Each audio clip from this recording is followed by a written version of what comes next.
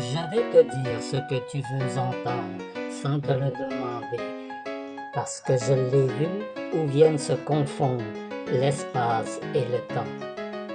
Dieu créa les anges dans un acte d'amour, un acte pur qui n'a pas d'égal dans tes pensées vulgaires, non pour acquérir un bien, ni pour tromper l'inertie éternelle, mais pour jouir de la présence infinie d'un être possédant la forme pure, la matière pure, la forme et la matière réunies, les trois substances de l'amour réunies en une créature angélique amoureuse.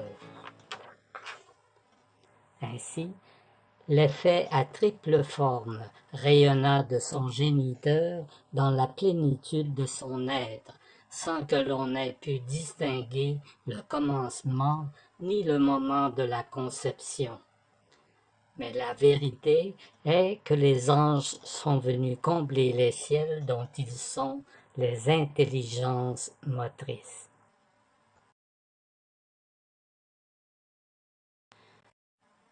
Tu sais maintenant où, quand et comment ces amours furent créés, si bien qu'en ton être, trois de tes désirs sont comblés. Je t'en prie, mon très cher mais vilain Marco, ne va pas confondre ici ces désirs avec ceux d'essence charnelle qui embrument ton esprit. Il ne fallut pas attendre la naissance des anges pour qu'une partie troublât la pureté de l'acte. C'est dans l'ovule divin qu'eut lieu le combat entre elle et lui, pour savoir qui mériterait de partager pour l'éternité les ferveurs amoureuses de l'être suprême. Ainsi, ce qui devait être un être unique devint une double nature.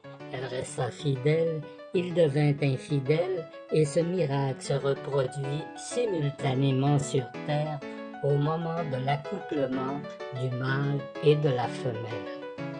Ces substances qui ont joui de la vision de Dieu n'ont plus détourné leur vue d'elle à qui rien ne peut être caché.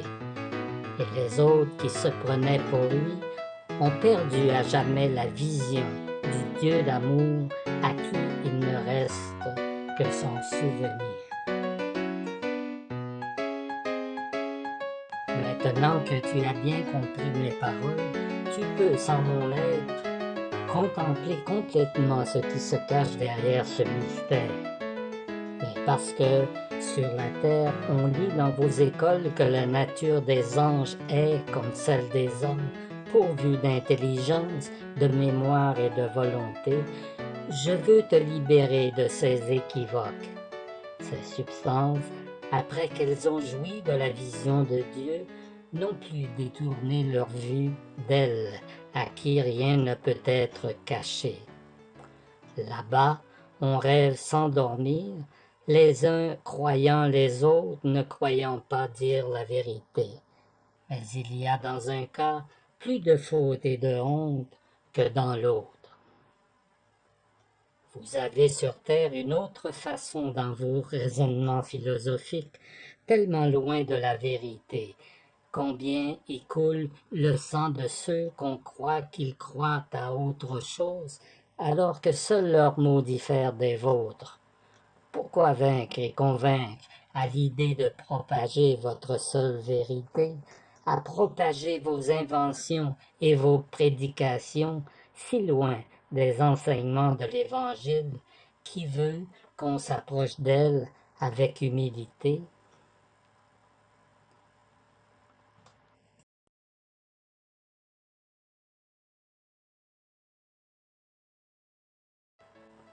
Le Christ n'a pas dit à ses disciples « Allez et prêchez des sornettes », mais il leur a laissé le fondement de la vérité qui résonna tellement sur leurs lèvres que leur combat pour allumer la foi devint une guerre sainte. Ils firent de l'Évangile leur lance et leur bouclier. Maintenant, ils vont prêchant la bouffonnerie dans laquelle se cache l'esprit vilain de l'oiseau. Et si des peuples résiste à la sottise, les armes parlent au nom du livre sacré.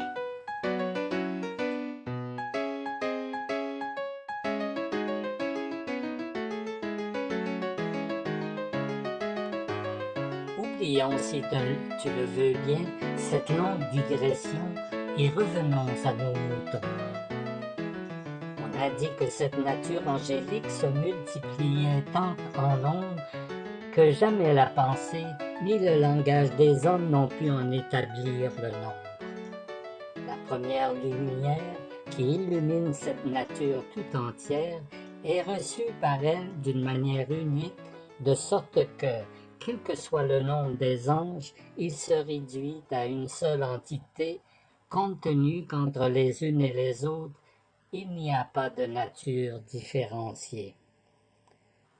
Je te donne ainsi l'exemple, pour mieux me faire comprendre de ton esprit obtus, d'une foule qui, sur terre, serait composée d'individus aux apparences diverses, possédant en principe chacune son intelligence propre, mais qui, réunis en une foule compacte, sous une bannière, une idée, une cause commune, seraient ainsi dépouillés à leur insu de leur libre arbitre.